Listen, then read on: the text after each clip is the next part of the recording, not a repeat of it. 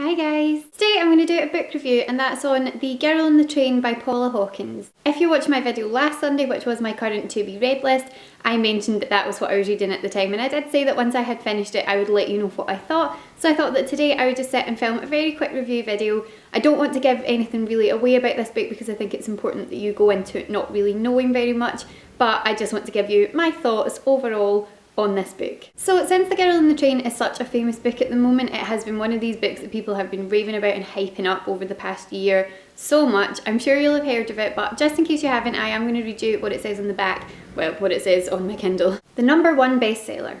You don't know her, but she knows you. Rear Window meets Gone Girl in this exceptional and startling psychological thriller. Rachel catches the same commuter train every morning. She knows it will wait at the same signal each time, overlooking a row of back gardens. She's even started to feel like she knows the people who live in one of the houses. Jess and Jason, she calls them. Their life, as she sees it, is perfect. If only Rachel could be that happy. And then she sees something shocking. It's only a minute until the train moves on, but it's enough. Now everything's changed. Now Rachel has a chance to become a part of the lives she's only watched from afar. Now they'll see. She's much more than just the girl on the train. The last time I caught up with you in my to be read video, I was really enjoying the book, and I would like to just say that overall I really enjoyed it. I really enjoyed the read. I thought that the experience of reading it sort of overall was great, but I didn't really like the ending. I feel like the ending let it down. It's not something that I'm going to go into in this review, but if you have read the book and you are watching this, then tweet me or something. I was going to say let me know in the comments. Let me know in the comments if you liked it, but obviously don't give anything away because we're keeping this spoiler free. On to the positives though, I felt that the format of the book worked really well. It was written from the perspective of 3 different characters, so you have diary entries from 3 different people, and I really like books like that. I like getting different perspectives from different people, and so from that side of things I really liked it. I was talking to my mum about it because she and I actually coincidentally read it at the same time, and she felt exactly the same way that I did about it, that the actual book itself right up until the end was actually great. But the ending was a bit of a letdown, and she said that she'd gone on to read some reviews online and a lot of people had said that they felt that it was clumsily written and that they didn't really like her style of writing.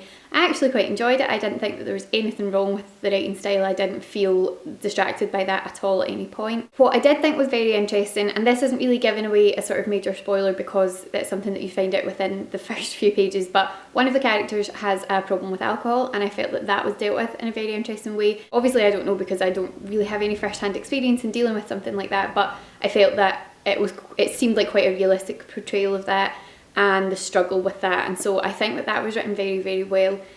I wasn't a massive fan of any of the characters, to be perfectly honest, but that doesn't really put me off in a book. I know that there are people, again, when my mum and I were discussing it, a lot of the reviews online, the less positive ones, because there are a lot of extremely positive reviews of this online. It is a bestseller, but some of the less positive reviews online were saying that none of the characters were particularly likeable and that that had been off-putting. I didn't find that off-putting. I don't tend to find that off-putting. I think there are plenty thriller books out there that don't have particularly likeable characters, but as long as they're interesting and well written, that doesn't really bother me, and so I didn't have a problem with that. I found the characters quite interesting. I wanted to keep reading. I wanted to know what was going to happen to them and find out what was going to happen next. It deals with issues of family, it deals with issues with friendships, it deals with issues with alcoholism and crime. There are a whole lot of issues in this book that are dealt with by all of the characters.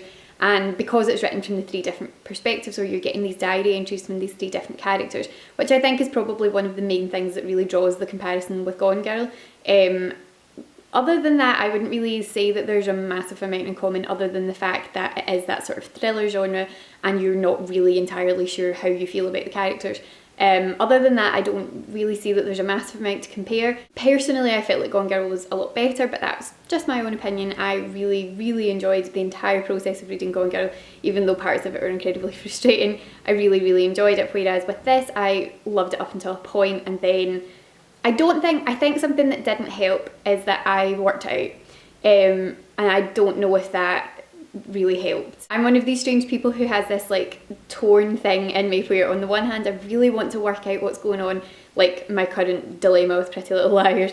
I really want to work out what's going on. I want to find out, you know, who the bad guy is, or find out what happened and figure it out for myself. But at the same time, when it comes to books and TV shows and stuff, I really love to get that shock the first time that you find out who's involved or what the twist is, and I really enjoy that moment of going, what, are you serious? So I love having that, and so I have this dual thing going on inside me where I'm like really wanting to know what was going on and really wanting to figure out what it is, but at the same time wanting to get the surprise. So I think because I figured it out, and I figured it out probably about halfway through, I don't know if that really helped. If that happened to you, again, let me know in the comments down below, or if you got a big shock, let me know. I was just lucky or unlucky enough, I suppose, depending on how you look at it, to pick up on one particular chapter. Coincidentally, I actually did read quite a lot of this on the train, which was fun, but then for the sort of chunks towards the end, I was reading it at home in my bed, reading it kind of like super late at night when it was really dark and whatever.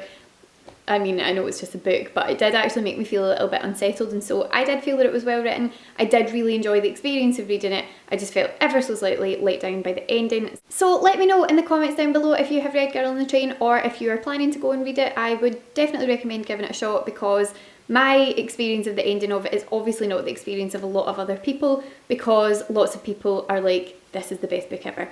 So go and read it, let me know what you thought in the comments down below, and thank you very much for watching. I'll speak to you again soon.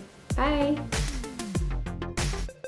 And I think it just sounds so lovely, and like obviously it's a very tragic end to the relationship, but I just think that it's going to be a beautiful and sad read. So